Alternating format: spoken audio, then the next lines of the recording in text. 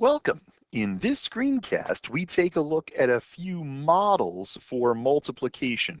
And by models, I mean we want to talk about what multiplication means, how to describe it, how to explain it in visual ways, in verbal ways for children.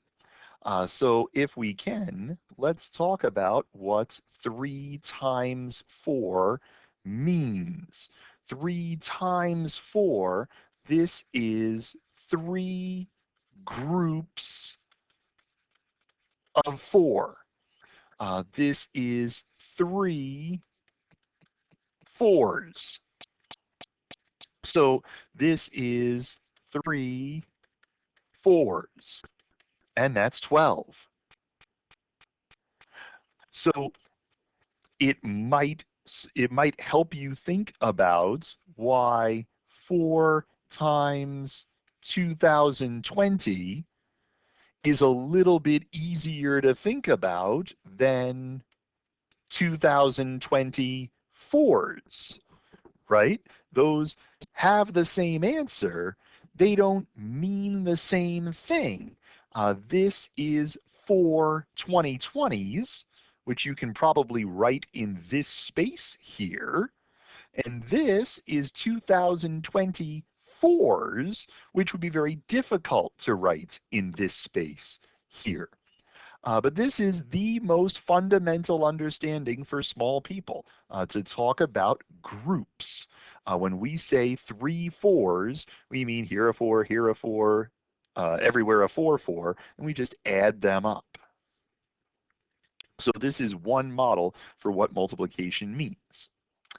There's a second model for what multiplication means, and it uses area. So when we talk about what 3 times 4 means, we mean that there is some rectangle, and that rectangle is 3 by 4. It's 3 units vertically. It's 4 units horizontally. This rectangle, I'm going to group this all together for a reason. This rectangle is a model for 3 times 4. And we can count up 1, 2, 3, 4, 5, 6, 7, 8, 9, 10, 11, 12. 3 times 4 is 12. Now, question, how do we know that 3 times 4 is the same as 4 times 3? Now, you're going to say the commutative property says so, but the picture also says so, doesn't it? That's 4 times 3. That's 4 rows of 3. 3 rows of 4 is the same as 4 rows of 3. And so the commutative property is illustrated in the area model. We just take the rectangle and flip that around. This also helps to describe the distributive property.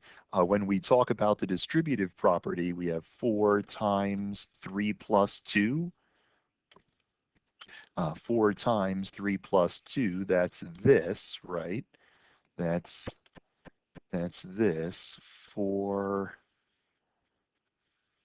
times 5, right? This is 4 times 5, and that's 20.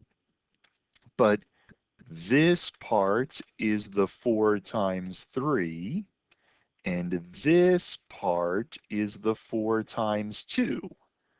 So 4 times 3 plus 2 is 4 times 3 plus 4 times 2, right?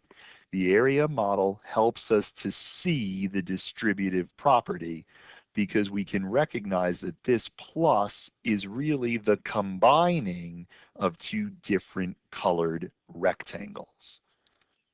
Okay, so those are two models that you can use to appeal to young people, one that deals with repeated addition and the other that deals with area of a rectangle.